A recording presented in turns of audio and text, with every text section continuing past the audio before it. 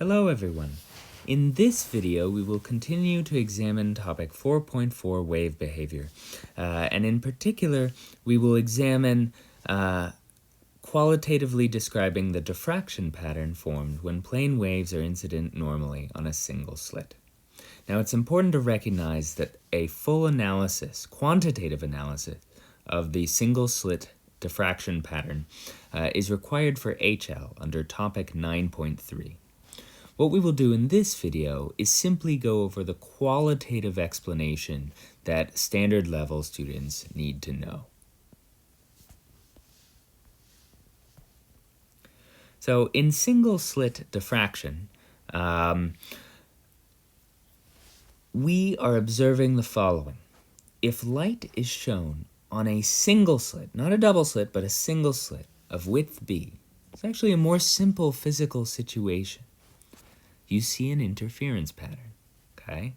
That is crazy. At this point, we have no explanation for why that is, but nevertheless, we shine that light on the wall, and we get an intensity pattern that looks like this, with a bright central maximum, and then minima that are about 5% or so of the central maximum alone.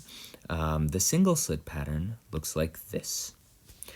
And fundamentally, without going into the full derivation, the single slit diffraction pattern is due to the fact that light that goes into that single slit can interfere with itself, or more accurately, light from different parts of the slit ends up interfering with light from other parts of the slit.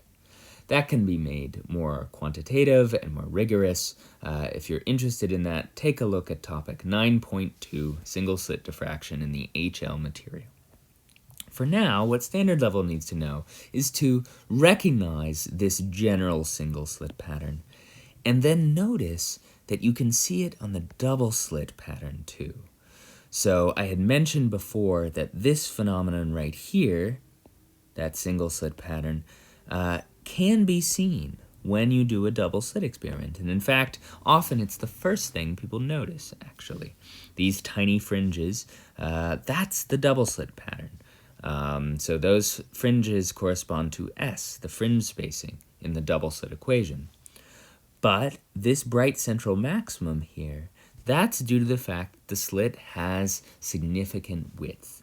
And that because it has significant width, different parts of the slit, or light from different parts of the slit, ends up interfering and giving you this secondary pattern that overlays the double slit pattern. To see what I mean by that, take a look at this particular graph here. So a double slit pattern, formally graphed, looks like this. Notice it doesn't fall off as you go further.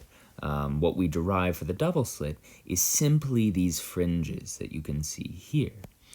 But in reality, when you send light through a double slit, those individual slits also undergo diffraction. And so the single slit diffraction pattern could be seen here. Okay, and that corresponds to that sort of laser right there. So what you actually see when you run things through a double slit is you see that this single slit pattern right here sort of overlays the general double slit pattern. That overlaying is called modulating. And we say that the single slit pattern forms an envelope that covers this double slit pattern here.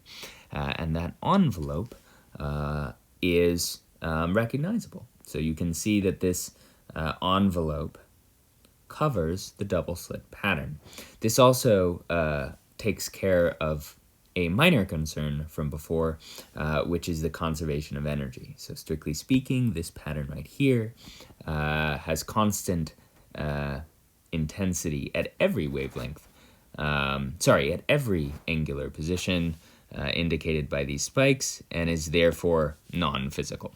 So it's a good thing that we have this single slit pattern so that we are also conserving energy. Notice the fringe spacing doesn't have to be this tight compared to the single slit pattern. If you have smaller slits, you will find a pattern closer to this, where the separation between the slits is around the same or has roughly the same effect as the width of the slit themselves.